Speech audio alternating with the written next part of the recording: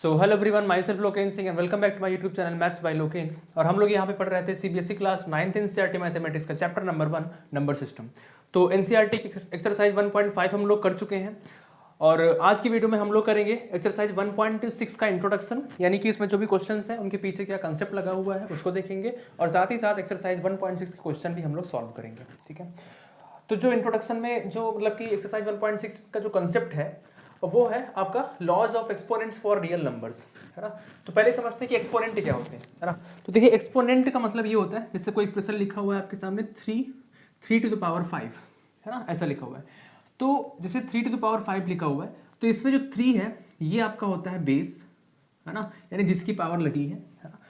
और जो आपकी पावर होती है, इसको आप पावर बोलते हो, उसी का दूसरा नाम है एक्सपोनेंट, उसी को हम लोग बोलते हैं एक्सपोनेंट। यानी कि जो नीचे वाला नंबर होता है जिसकी पावर है वो आपका बेस होता है और जो पावर लगी है उसको वो आपका होता है एक्सपोनेंट, है ना, एक्सपोनेंट या फिर पावर। तो ये तो हो गया एक्सपोनेंट। अब एक्सपोनेंट के कुछ लॉज हैं, है ना, रियल नंबर्स के जो एक्सपोनेंट्स उनमें कुछ लॉज हैं। तो पहला लॉ कहता है, तो उसके पहले ये कंडीशन पढ़ लेते हैं कि किसके बारे में हम बता रहे हैं कि let a greater than 0 b a real number, है ना, कि ए ग्रेटर देन 0 यानी ए कोई एक नंबर है, वो क्या है, एक रियल नंबर है। ठीक, अब रियल नंबर में क्या होता है, पॉजिटिव नेगेटिव जीरो सब कुछ आते हैं। तो ए एक रियल नंबर तो है, लेकिन कैसा नंबर है, नॉन नेगेटिव नॉन जीरो, मतलब ना तो नेगेटिव है ना तो जीरो, यानी जीरो से बड़ा कोई भी रियल नंबर। ठीक, और and m and n are the rational numbers. तो ए के बारे में तो ये बात होगी कि वो non negative non zero real number है, और जो m और n है, यानी जहाँ पे जो आपको पावर दिख रही है, एक्सपोनेंट दिख रहे हैं, ये जो पावर्स हैं ये कुछ भी हो सकती हैं, any rational numbers. Any rational number मतलब कि इरेशनल को छोड़ के बाकी जो भी आपके पॉजिटिव नेगेटिव जीरो नंबर्स हैं वो सभी नंबर्स। ठीक है, तो पहला आपका क्या, a to the power m into a to the power n। तो इसका मतलब क्या हुआ कि अगर आपका देखिए यहाँ भी a है यहाँ भी a है, यानी अगर दो एक्सप्रेशंस मल्टीप्लाई में है, प्रोडक्ट में है, और उनका बेस जो है अगर सेम है ना, बेस जो है वो सेम है, लेकिन जो पावर्स हैं वो डिफरेंट है, एक्सपोनेंट डिफरेंट है, तो अगर वो मल्टीप्लाई में होते हैं तो उसका जो रिजल्ट आता है वो क्या आता है, यानी उसको हम दूसरे फॉर्म में कैसे लिख सकते हैं, a to the power m plus n, a to the power m plus n। जैसे एग्जाम्पल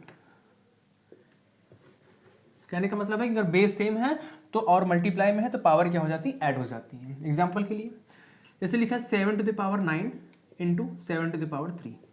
ठीक, अब यहाँ पे बेस आपका दोनों में 7 है, बेस सेम है, पावर डिफरेंट है और मल्टीप्लाई में, तो क्या होगा, बेस में पावर जो है वो ऐड ऑन हो जाएंगी, तो हो जाएगा 9 प्लस 3, तो यानी 7 टू द पावर 12, है ना। तो ये होता है। ठीक, अगला लॉ है, अगला लॉ सेम यही है, बस क्या है, यहाँ मल्टीप्लाई में था, प्रोडक्ट में था, यहाँ पे डिवाइड में है, क्वोशेंट में है। तो जब मल्टीप्लाई में है सेम बेस पावर डिफरेंट तो पावर ऐड हो गई, और जब बेस सेम है पावर डिफरेंट बट डिवाइड में है तो जो पावर है वो आपस में सब्ट्रैक्ट हो जाती है। एग्जाम्पल यही लेते हैं, 7 to the power 9 divide by 7 to the power 3, तो क्या हो जाएगा आपका 9 माइनस 3 क्योंकि डिवाइड में है, तो ये आ जाएगा आपका 7 टू द पावर 6। ठीक है, तो ये हो गया आपका आंसर। उसके बाद अच्छा, इसी में अगर बात करें, अगर दूसरे एग्जांपल की बात करें, मान लीजिए अगर ये लिखा हो 7 to the power 9 upon 7 to the power 9। ठीक है, अब अगर इसको सॉल्व करना चाहें तो ऐसे सिंपली सॉल्व कर सकते हैं। जैसे अगर लिखा हुआ है आपका 2/2, 2/2 का मतलब कि हमको 2 को 2 से डिवाइड करना है। अब 2 को 2 से डिवाइड करेंगे कितना आएगा, कैंसिल आउट हो जाएगा, 1 आएगा। तो वैसे अगर इसको भी देखें तो जो नंबर ऊपर है उसी से उसको डिवाइड करना, मतलब एक नंबर को उसी से डिवाइड करेंगे तो हमेशा आंसर क्या आएगा आपका, 1 आएगा। ठीक है, सिंपली।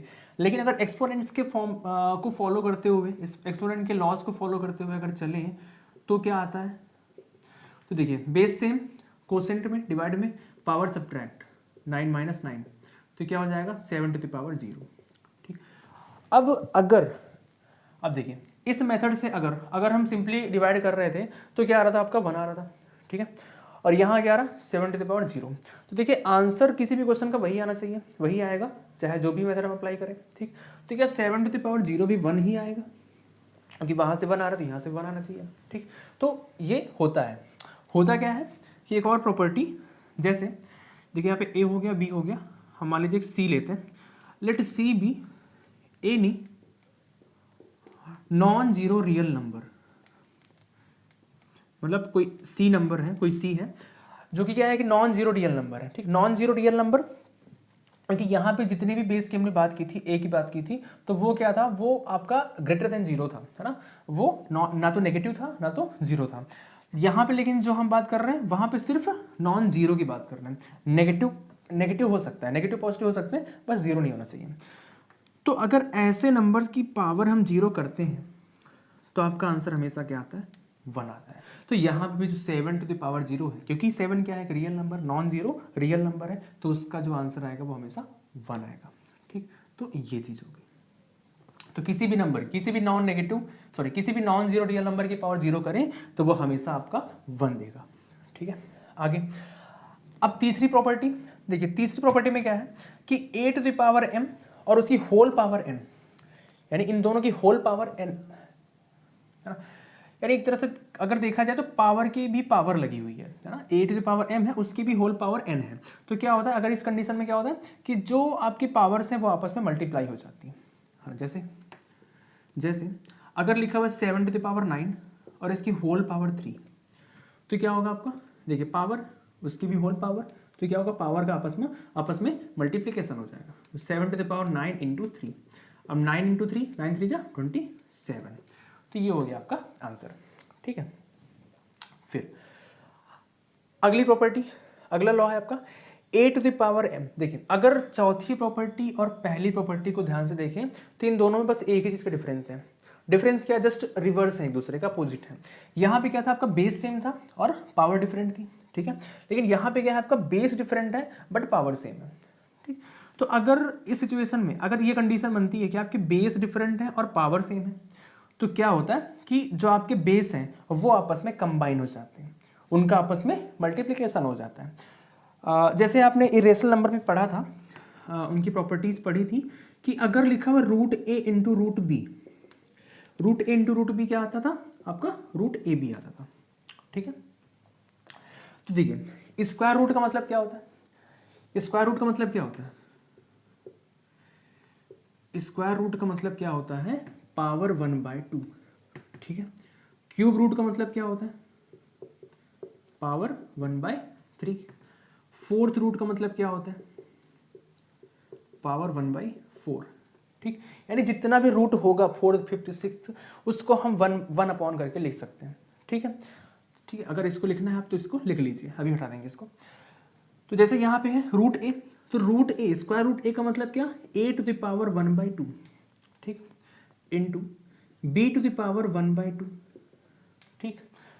अब देखिए 1/2, ये 1/2 क्या है आपका m की जगह पे, तो क्या m यहाँ रेशनल नंबर नहीं है, रेशनल नंबर है, 1/2 रेशनल नंबर है p/q के फॉर्म में, जहाँ p और q क्या है, इंटीजर्स है ना, and q is not equal to 0। तो यहाँ पे कुछ यही तो हुआ है ना कि रूट ए इंटू रूट बी में क्या हुआ, ए और बी आपस में कंबाइन हो गए यहाँ पे, है ना। तो यही कंडीशन यहाँ भी लग रही है कि जो आपके बेस अगर डिफरेंट है, पावर सेम है, तो जो बेस है वो कंबाइन हो जा रहे हैं। तो ये भी कुछ ऐसा ही हो रहा है कि a इंटू बी, इसकी होल पावर 1/2। तो मतलब आप पढ़ रखे हैं पहले से ही, बस ये था कि एक तरीके से नहीं पढ़े थे, बस ये था कि आपने लॉ नहीं पढ़ा था कि कैसे होता है, ठीक। तो ये इस तरीके से होता है, ठीक है।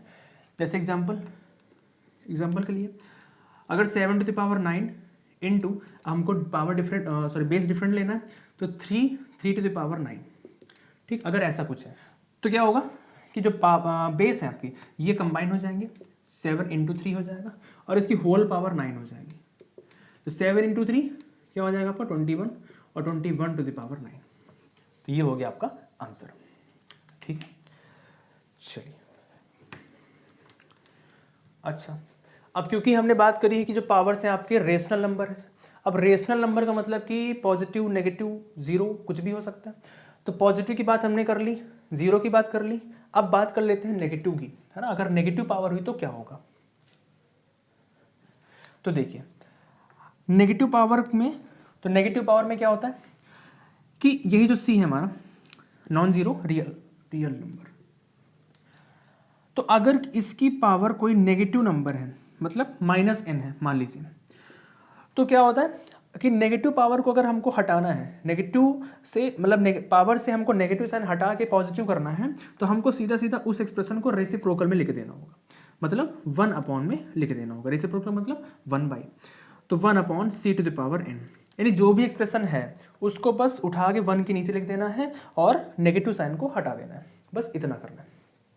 ओके ठीक है, तो जैसे एग्जाम्पल के लिए जैसे लिखा हुआ है 7⁻³ ठीक। अब 7⁻³ इसका मतलब क्या कि 1/7⁻3, क्योंकि माइनस में लिखा हुआ है तो इसको हम उठा के 1 के नीचे कर देंगे, रेसिप्रोकल ले लेंगे, तो ये हो गया 1/7⁻3। ठीक है, तो ये हो गया। चलिए इसको नोट कर लीजिए जल्दी से, फिर आगे बढ़ते हैं क्वेश्चंस में। अब जैसे पहला क्वेश्चन है एक्सरसाइज का, क्वेश्चन है कि फाइंड 64⁻1/2, 64⁻1/2। अच्छा, इसका एक और एग्जांपल लेते हैं 64⁻1/3। ठीक है, दोनों को सॉल्व करके देखेंगे और समझेंगे कि ऐसे क्वेश्चन को कैसे सॉल्व करते हैं। तो देखिए, अगर इस टाइप का क्वेश्चन है, ठीक है, अंदर कोई नंबर है, उसकी पावर रेशनल नंबर यानी फ्रैक्शन में अगर लिखा हुआ है, तो आपको सबसे पहले फोकस करना होगा डिनोमिनेटर पे, यानी जो फ्रैक्शन है उसका डिनोमिनेटर क्या है। अब डिनोमिनेटर देखने के बाद जो भी आपका बेस है ना, ये आपका बेस है, तो इस बेस को फैक्टराइज करेंगे। अब फैक्टराइज करने पे कुछ इस तरह का एक्सप्रेशन बनाएंगे कि मतलब कि एक तरह से इसको किसी नंबर की पावर बनानी है। मतलब जैसे ये आपको ये क्लियर करना है कि ये जो आपकी तीसरी प्रॉपर्टी है ना, ये लगने वाली है यहाँ पे, यानी अंदर भी किसी नंबर की पावर होगी और बाहर भी उसकी होल पावर तो है ही, ठीक है ना। और ऐसा क्यों करना है, देखिए ऐसा इस तरीके से करना है, इस तरीके से बनाना है कि अंदर अगर जैसे ये लिखा हुआ है a⁴n और उसकी होल पावर 1/n, ठीक। तो इस केस में क्या होगा कि देखिए क्या होता है, अगर पावर की होल पावर है तो पावर का आपस में मल्टीप्लिकेशन हो जाता है। तो यहाँ अगर आप n के फॉर्म में बना लेंगे और इसकी होल पावर 1/n है तो क्या होगा, n × 1/n हो जाएगा, पावर में मल्टीप्लिकेशन हो जाएगा। तो ये आपका कैंसिल आउट होकर a⁴1 दे देगा, यानी सिर्फ और सिर्फ आपका a आंसर हो जाएगा। यानी पावर जो है, ये जो इसका फ्रैक्शन है, ये फ्रैक्शन का डिनोमिनेटर आपका खत्म हो जाएगा। यानी कुल मिला के आपको डिनोमिनेटर को रिमूव करना है, हटाना है, ठीक है। अब कैसे करना है, तो ये चीज देखिए आप, जो डिनोमिनेटर में है, यहाँ पे जो नंबर डिनोमिनेटर में है वही आपकी यहाँ पे पावर है, ठीक है। जो नंबर यहाँ पे डिनोमिनेटर पे है वही नंबर आपकी पावर में है, यानी आपको उस पावर में बनाना है, उस किसी नंबर की ऐसी पावर बनानी है जिसका डिनोमिनेटर भी यही हो, ठीक है। जैसे चलिए क्वेश्चन करते समझ में आएगा। देखिए ये क्या है 64, ठीक, पावर क्या है आपकी 1/2, तो आपका डिनोमिनेटर क्या है 2 है, ठीक। तो अंदर भी किसी नंबर की पावर आपको 2 बनानी है ना, यानी ये देखना है कि 64 जो है वो किसकी पावर 2 होती है, पावर 2 का मतलब स्क्वायर, तो 64 किसका स्क्वायर होगा ये देखना है। तो 64 होता है किसका, 8 का स्क्वायर है ना, 8 का स्क्वायर होता है, और बाहर क्या है आपका 1/2, ठीक। तो 8 की पावर क्या होगा mn होल पावर, तो पावर मल्टीप्लाई हो जाएंगी, तो ये हो जाएगा आपका 2 × 1/2, ठीक। अब ये कैंसिल आउट हो जाएगा, तो 8 की पावर 1 और 8⁴1 का मतलब 8, ये हो गया आपका आंसर। तो ऐसे करना है, ठीक है। ऐसे ही अगला क्वेश्चन, ये एग्जांपल। अब देखिए यहाँ पे जो आपका फ्रैक्शन है, इसका जो डिनोमिनेटर पार्ट है वो क्या है 3 है, ठीक। तो जैसे यहाँ बाहर 2 था तो आपने 8 का स्क्वायर बना दिया। अब बाहर क्या है, पावर 3 है नीचे डिनोमिनेटर में, तो अंदर आपको किसी नंबर की पावर 3 बनानी होगी, यानी उसका क्यूब बनाना होगा, ठीक है। तो 64 किसका क्यूब होता है, तो 64 जो है वो आपका होता है 4 का क्यूब, ठीक। अब 4 का क्यूब तो हो गया सिर्फ 64 का, इसको ब्रेक किया और उसके बाद हो जाएगा 1/3, ठीक।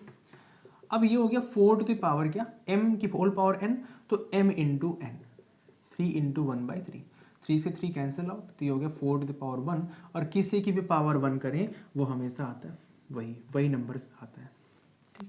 तो ये हो गया आपका 4, ये आ गया फाइनल आंसर, ठीक है।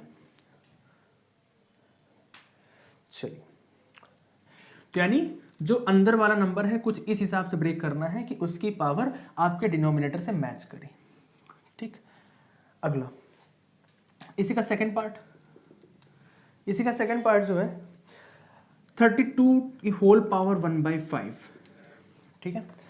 अब देखिए अब पावर 5 में बनाना है, जब स्क्वायर था 2 था स्क्वायर बना लिए, पावर 3 थी मतलब यहाँ पे 3 था तो क्यूब बना लिया, लेकिन अब पावर 5 है। अब पावर 5 है तो पावर 5 के लिए भाई स्क्वायर क्यूब बनाना आसान है, लेकिन पावर 4 5 6 उनके लिए फिर एक ही मेथड बचता है, क्या, फैक्टराइज करना, प्राइम फैक्टराइजेशन। तो देखिए 32, वैसे तो आपको फैक्टराइजेशन आता होगा है ना, काफ़ी छोटे क्लास से सिखाया जाता है 6 7 से, तो लेकिन अगर 32 को फैक्टराइज करें तो आपको सबसे पहले 2 से स्टार्ट करना, ठीक है, क्योंकि इवन नंबर है। 16 हो जाएगा 2 8 जा, हम चाहें तो डायरेक्ट लिख सकते हैं, लेकिन अगर मान लीजिए किसी को कोई भूल भी गया हो तो एक बार फिर से देख लें।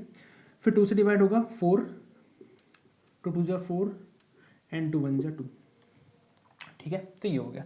तो 32 को हम क्या लिख सकते हैं, क्या लिख सकते हैं, 2 into 2 into 2, 1 2 3 4 5 up to 5 times,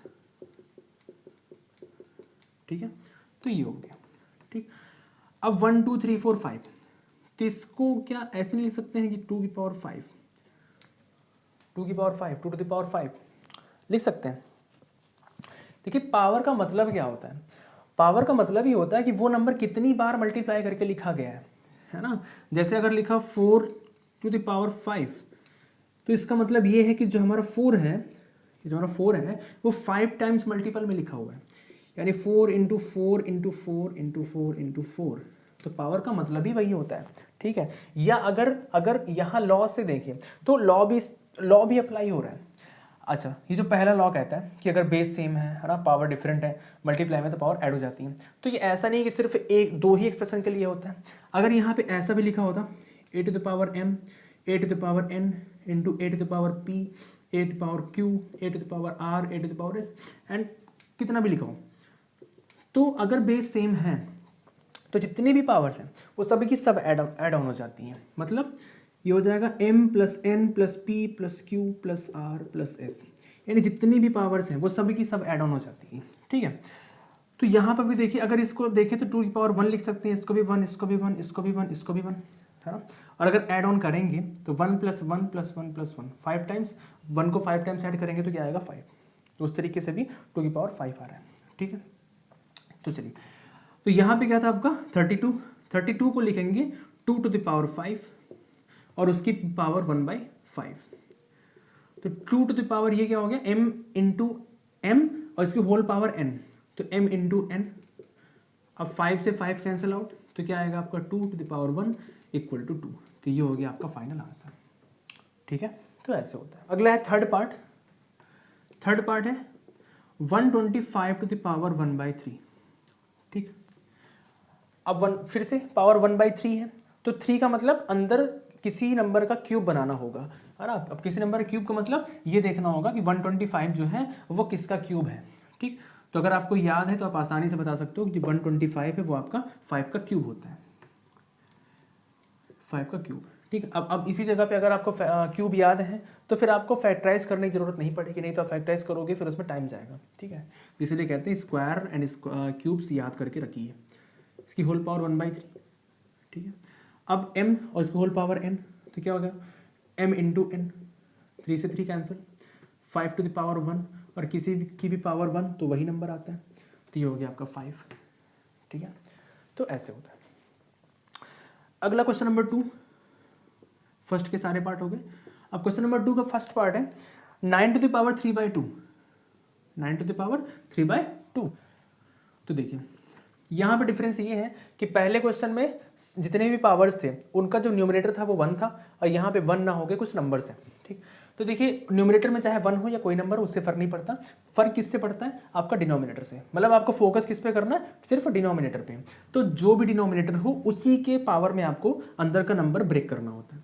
जैसे 9 है, डिनोमिनेटर क्या है आपका 2 है, ठीक है। तो आपको 9 को किसी का स्क्वायर ही बनाना होगा, मतलब स्क्वायर के फॉर्म में ही बनाना होगा। अब 9 होता है 3 का स्क्वायर, तो 3 का स्क्वायर लिख देंगे और पावर है 3/2, ठीक। अब वापस से 8 टू द पावर m, इसकी होल पावर n, फिर से m इंटू n, 2 इंटू 3/2। अब 2 से 2 कैंसिल आउट हो गया, क्या बचा, अब पहले 1 बचता था, अब ये नंबर बचेगा, जो भी नंबर यहाँ रहेगा, 3 का होल क्यूब। अब 3 का क्यूब होता है 27, तो ये हो गया आपका आंसर, ठीक है। अगला सेकेंड सेकेंड पार्ट है 32 की पावर 2/5, ठीक। अब 32 की पावर 2/5, तो 32 को भी आपने देखा कि हम इसको लिख सकते हैं 2 की पावर 5। अब 2 की पावर 5 और इसकी भी होल पावर 2/5, ठीक। तो 8 टू द पावर m इसकी होल पावर n, फिर से m इंटू एन, 5 इंटू 2/5, 5 से 5 कैंसिल आउट, 2 का होल स्क्वायर। अब 2 का होल स्क्वायर होता है 4, ठीक है। तो ये हो गया। आगे आगे होगा, आगे है 16 टू द पावर 3/4। अब 16 की पावर 3/4 है। अब देखिए 16 को ब्रेक करना है किस में, अब क्या है पावर 4 है, ठीक है। अब पावर 4 है तो 16 को भी पावर 4 में ही ब्रेक करना होगा। तो अगर आप 16 को ब्रेक करोगे, इसको फैक्टराइज करोगे, तो ये आएगा आपका 2 टू द पावर 4, है ना। पावर 4, 2 1 जा 2, 2 जा 4, 2 जा 8, 2 जा 16 ना, 2 की पावर 4 होता है आपका 16, ठीक है। तो 2 की पावर 4 हो गया 16 और इसकी भी पावर 3/4, ठीक। तो अब m इंटू एन, 4 इंटू 3/4, और 4 से 4 कैंसिल, तो क्या हो गया आपका 2 का क्यूब, 2 का क्यूब मतलब 8, ठीक है। तो ये हो गया फोर्थ पार्ट। अब ये आपका नेगेटिव वाला है, नेगेटिव वाला है 125 होल पावर -1/3, ठीक है, -1/3। अब देखिए सबसे पहले तो आपको नेगेटिव को अगर हटाना है तो क्या करना होगा, उसको रेसिप्रोकल में लाना होगा। अब रेसिप्रोकल में लाएंगे तो 1/125 यानी की पावर 1/3, ठीक है। पूरा का पूरा एक्सप्रेशन उठा के नीचे ले आना है 1 के नेगेटिव साइन को हटा के, ठीक। अब देखिए, अब भले ही ये 1 के नीचे है, मतलब डिनोमिनेटर में है, लेकिन जो कंडीशन यहाँ पे है, अगर इस कंडीशन को फॉलो कर रहा है तो फिर वो चाहे न्यूमरेटर में हो चाहे आपका डिनोमिनेटर में हो, हर जगह वही रूल अप्लाई होगा, ठीक है। तो देखिए अब 125, अब 125 जो है इसको क्यूब बनाना होगा, क्यूब के फॉर्म में, और ये होता है 5 का क्यूब। क्यूब क्यों? क्योंकि पावर क्या है यहाँ पे 1/3 है ना, 3। तो 5 का क्यूब और उसकी होल पावर 1/3, ठीक। m इंटू एन पावर में, यानी 3 इंटू 1/3, 3 से 3 cancel out, 1/5 to the power 1 और 5 टू द पावर 1 का मतलब 5, तो ये हो गया आपका 1/5, ठीक है। अगला है क्वेश्चन नंबर 3। अब क्वेश्चन नंबर 3 का पहला part 2 to the power 2/3 into 2 to the power 1/5, ठीक है। अब देखिए यहाँ पे कौन सी प्रॉपर्टी लगेगी, देखिए क्या है, बेस सेम है ना, बेस सेम पहली प्रॉपर्टी। अच्छा ये नहीं याद रखना है कौन सी पहली कौन सी दूसरी कौन सी तीसरी, नहीं, आपको फोकस करना है इन पर कि इनकी कंडीशन से क्या है, कंडीशन पर फोकस करना है। कोई ये नहीं पूछेगा कि लॉ 1 क्या था, लॉ 2 क्या था, ऐसा नहीं है। लॉ क्या था, है ना, कंडीशंस क्या थी, उसका रूल क्या था, ये पूछेगा। तो क्या है आपका बेस सेम है और मल्टीप्लाई में, जब भी बेस सेम होगा और मल्टीप्लाई में होगा तो हमेशा पावर ऐड होगी, ठीक है। और अच्छा देखिए इसको याद कैसे करना है, जैसे आप मल्टीप्लाई करते हो, आप जैसे मल्टीप्लाई करते हो, मल्टीप्लाई करते हो, 3 3 जा 9, 3 4 जा 12, ठीक है। उसके बाद मान लीजिए 23 है, 13 टेबल तो आता ही होगा, मान लीजिए इसको करना 53 से, ठीक है। उसके बाद 5 3 जा 15, 5 4 जा 20, 20 एंड कैरी 1। तो ये देखिए उसके बाद आप मल्टीप्लाई करते हो तो क्या करते हो, ऐड कर दो, 9, 2 + 5 7, 1 + 1 2 एंड 2, ऊपर कुछ नहीं 0 है तो 2 हो गया। तो जब आप मल्टीप्लाई करते हो तो ऐड ऑन करते हो, ठीक है। और ऐसे जब डिवाइड करते हो, जब आप डिवाइड करते हो, मान लीजिए यहाँ पे है 13 और आपको डिवाइड करना है 789 को, ठीक। अब डिवाइड करते हो तो फिर क्या होता है, 13 6 जा 78, मान लीजिए 9 है, ठीक है। तो आप क्या करते हो, 78 में 78 माइनस कर दो, ठीक है। यहाँ पे आप माइनस कर दो, फिर उसके बाद अगला नंबर उतार दो, ठीक। तो ठीक वैसे ही जैसे आप मल्टीप्लाई में ऐड कर दो, तो वैसे यहाँ अगर मल्टीप्लाई है तो आपको पावर ऐड करनी है।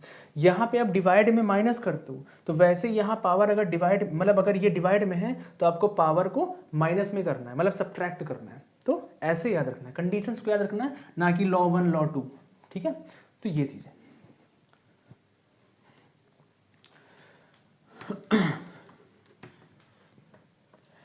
तो बेस सेम, मल्टीप्लाई में तो पावर ऐड, ठीक। तो ये हो गया आपका 2 टू द पावर 2/3 + 1/5। ठीक, अब देखिए ये क्या है, रेशनल नंबर्स हैं, इनका एडिशन ऑपरेशन मैंने बताया था, है ना, operations, addition, multiplication, division, subtraction. ठीक है, तो कैसे ऐड करते हैं, एलसीएम लेते हैं डिनोमिनेटर्स का, 3 और 5 का एलसीएम 15। ठीक है, फिर 3 से डिवाइड करेंगे, 3 5 जा, है ना, 5 और 5 2 जा 10, देन 5 से डिवाइड करेंगे, 5 3 जा, देन 3 को 1 से, 3 1 जा 3, तो क्या आएगा आपका 10 + 3 13, 13/15। ये हो गया आपका आंसर, बस सो सिंपल। ऐसे ही सेकेंड पार्ट डिफरेंट है, इसमें है 1/3 का क्यूब और इसकी होल पावर 7। ठीक है, अब देखिए यहाँ 1 में है, देखिए जैसे ये क्या लिखा हुआ है, ये आपका 1 क्या है, c⁴n। ठीक है, जैसे नेगेटिव को हटा के रेसिप्रोकल में ला सकते हैं, वैसे रेसिप्रोकल हटा के पावर को हम नेगेटिव में भी ला सकते हैं। कंडीशन क्या कि यहाँ पे सिर्फ 1 होना चाहिए। ठीक है, यहाँ पे 1 होना चाहिए, क्योंकि रेसिप्रोकल का मतलब ही होता है 1 में। ठीक, तो यहाँ पे क्या है, यहाँ पे 1 में है, तो इसको अगर हम चाहें तो पावर हम नेगेटिव बना सकते हैं, यानी इसको हम ऐसे लिख देंगे, पूरा का पूरा एक्सप्रेशन उठा के ऊपर, बस क्या कि जो पावर है उसमें हम लगा देंगे नेगेटिव साइन। तो ये हो गया आपका 3⁻³ और इसकी होल पावर 7। ठीक है, तो ये हो गया। अच्छा, अब ये नेगेटिव नंबर है, अब क्या नेगेटिव नंबर में भी यही रूल अप्लाई होगा? तो बिल्कुल होगा, क्योंकि m और n क्या है, रेशनल नंबर्स है। रेशनल नंबर में कुछ भी पॉजिटिव, नेगेटिव, जीरो, कुछ भी, कोई भी नंबर है वो यहाँ पे वही मेथड अप्लाई होगा। ठीक है, तो क्या होगा, पावर क्या है आपकी -3 और इसकी होल पावर क्या है 7। ठीक, तो ये थर्ड प्रॉपर्टी लगेगी आपकी, क्या हो जाएगी, पावर के ऊपर पावर अगर है तो पावर का मल्टीप्लाई हो जाएगा, तो हो जाएगा -3 × 7। अब 3 7 जा 21 एंड माइनस लगा है तो माइनस, तो 3⁻ -21, तो ये हो गया आपका आंसर। ठीक है, ऐसी थर्ड पार्ट में है 11⁻1/2 अपॉन 11⁻1/4।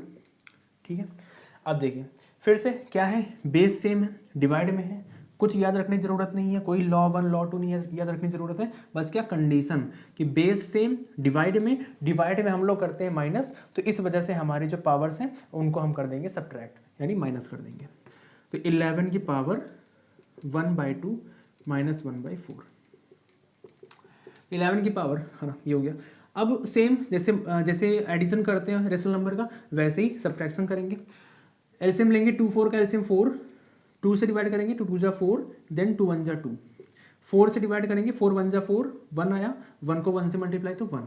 ठीक, तो ये क्या आ गया आपका 11⁻1/4, ये हो गया आपका आंसर। ठीक है, फोर्थ एंड लास्ट पार्ट 7⁻1/2 × 8⁻1/2।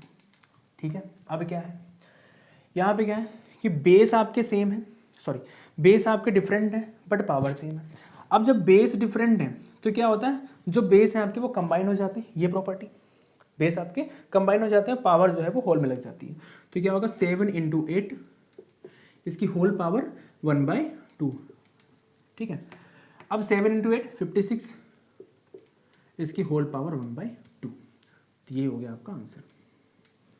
ठीक है, तो इसी फोर्थ पार्ट के साथ आपकी एक्सरसाइज 1.6 भी खत्म होती है, और साथ ही साथ एनसीईआरटी के अकॉर्डिंग आपका चैप्टर 1 जो कि नंबर सिस्टम है वो भी यहीं पे खत्म होता है। ठीक, तो एनसीईआरटी के अकॉर्डिंग तो आपका चैप्टर खत्म हो गया, आपने सिलेबस पढ़ लिया कि पहले चैप्टर में क्या क्या था, लेकिन अभी कुछ चीज़ें और आपको पढ़ना है। कुछ चीज़ें का मतलब कि कंसेप्ट तो इतने ही है, बट अभी आपको क्वेश्चंस और प्रैक्टिस करने की ज़रूरत पड़ेगी, और जो कि एनसीईआरटी में जैसे जो मेन टॉपिक्स हैं, एक रेशनलाइजेशन हो गया आपका, और एक हो गया आपका ये topic laws of exponent for real number. तो इनमें जो क्वेश्चंस पूछते हैं थोड़ा सा कभी कभी डिफरेंट क्वेश्चन पूछ ले जाते हैं एग्जाम में, तो उसके लिए आपको प्रिपेयर रहना पड़ेगा। तो जो एनसीईआरटी में क्वेश्चंस हैं वो सफिशिएंट नहीं है, तो अभी हम एक वीडियो और बनाएंगे जिसमें कि हम कुछ एडिशनल क्वेश्चंस, एडिशनल का मतलब कंसेप्ट के बाहर नहीं जाएंगे, एडिशनल का मतलब होता है कि जो रेफरेंस बुक्स में है, जैसे आर.एस. अग्रवाल हो गई या आर.डी. शर्मा हो गए, तो उनमें जो क्वेश्चंस हैं जो हमको लगेंगे कि एग्जामिनेशन के लिए इंपॉर्टेंट है ना, दोनों टॉपिक से, रेशनलाइजेशन से और इससे। ठीक है। तो जो भी अच्छे क्वेश्चन है उनको उठाएंगे और उन क्वेश्चन की आपको प्रैक्टिस कराएंगे, ठीक है। तो चलिए फिर मिलते हैं अगली वीडियो में, है ना।